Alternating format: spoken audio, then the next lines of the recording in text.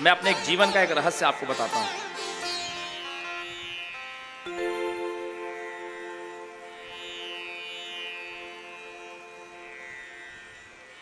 आज से लगभग 32-33 वर्ष पूर्व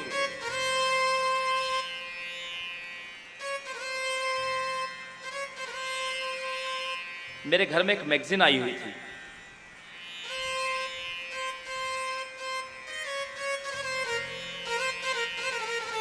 वो मैगजीन पता नहीं कहीं से आई होगी, वो रखी हुई थी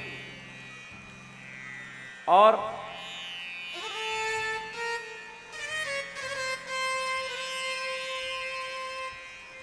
मेरी बड़ी बहन, महिलाओं की कुछ मैगजीन होती है ना, मनोरमा या कुछ ऐसी मैगजीन होती है, वो ढूंढ रही थी। तो मुझे कहा कि तुमने कहीं देखी है? तो हमने कहा जहाँ वो हम लोग की किताबें पढ़ाई की रखी रहती थी, तो वहाँ मैं ढूंढने लगा। तो मैं ढूंढ रहा हूँ तो मुझे वो मैगजीन मिली। दीदी को कहीं और मैगजीन मिल गई, अब मुझे वो मैगजीन मिली जो पता नहीं कहाँ से आई थी क्या।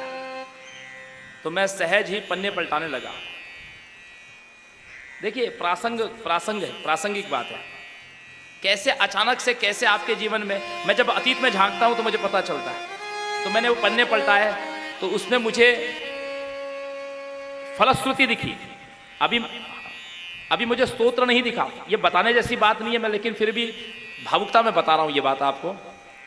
फलश्रुति दिखी मुझे, ये करने से व्यक्ति सभवे संपदाम पदम, बहुत धनवान हो जाता। अंतिम लाइन पढ़ा मैंने, तो मैंने कहा ये कौन सा स्तोत्र है कि व्यक्ति पद्मशाली हो जाता है।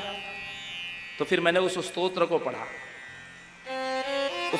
पढ़ा, वो दुर्गा अष्टोत्तर शतनाम स्तोत्र था। अब मैं उस समय पूजा क्या होती थी मालूम है?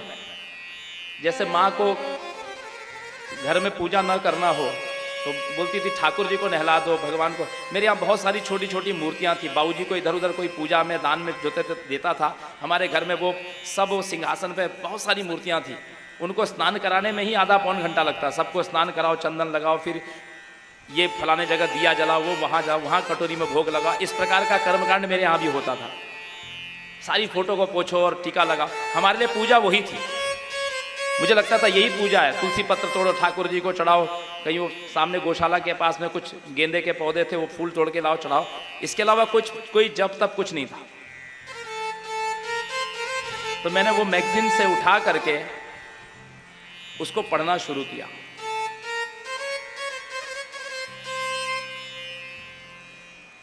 वो दिन से लेकर के आज तक, अभी तक कोई ऐसा दिन नहीं होगा, कोई भी ऐसा दिन नहीं होगा, मुझे याद है, कोई ऐसा दिन नहीं होगा कि मैंने वो स्तोत्र का पाठ नहीं किया होगा।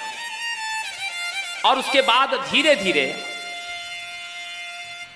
धीरे माँ ने ऐसी लगन लगाई, फिर इसके बाद और क्या करना है, उसके बाद और क्या करना है, फिर अर्गला करना है, फिर ये करना है। फिर मेरी ऐसी लगन लगी कि मैं सप्तशती का पाठ, पूरी सप्तशती रोज पढ़ता था।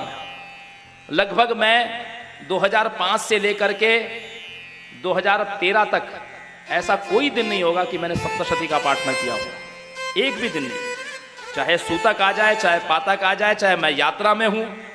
पूछिए, हम लोग कहीं यात्रा में जाते थे, मैं ट्रेन में पाठ करता था।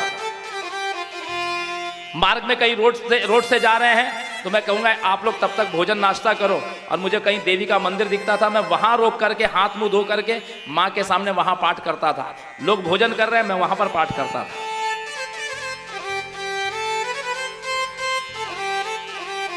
उस समय तो केवल इसलिए कर रहे थे कि लगता था कि माँ सब कुछ देने वाली है, माँ ही हमको आयु देगी, माँ ही हमको धन देगी, माँ ही यश कीर्ति देगी, माँ की कृपा होगी तो नाम होगा, सब कुछ होगा।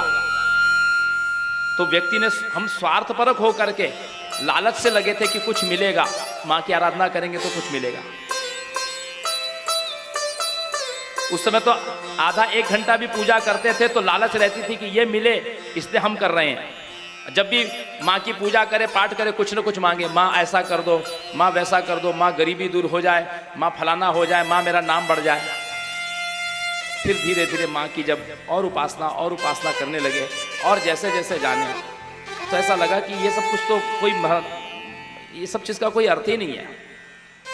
माँ की आराधना कर रहे हैं, यही सबसे बड़ी उपलब्धि है, क्योंकि उसकी भक्ति दुर्लभ है।